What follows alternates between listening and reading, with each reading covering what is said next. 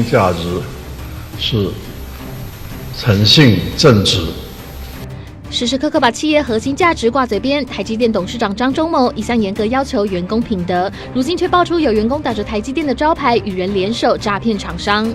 本刊接获读者戴先生具名举发，戴先生表示自己是电子设备代理厂商，在友人介绍下认识了前台积电财务长刘顺恒，推荐戴先生投资对岸的电池再生案，半年来赔了1000万。经了解后发现，整起投资案就是个骗局。本刊记者循线追查，发现刘顺恒背后其实是一个犯罪集团，首脑名为张义成，自称是台湾工研院专家，再配合刘顺恒等人以台积电等名号假冒专业人士取信投资人，受害民众遍及两岸，出国诈骗金额仅1元。对此，台积电表示，刘顺恒已经离职，与台积电无关。但这个犯罪集团打着台积电与工研院之名行骗，有关单位应主动追查，避免更多民众受骗。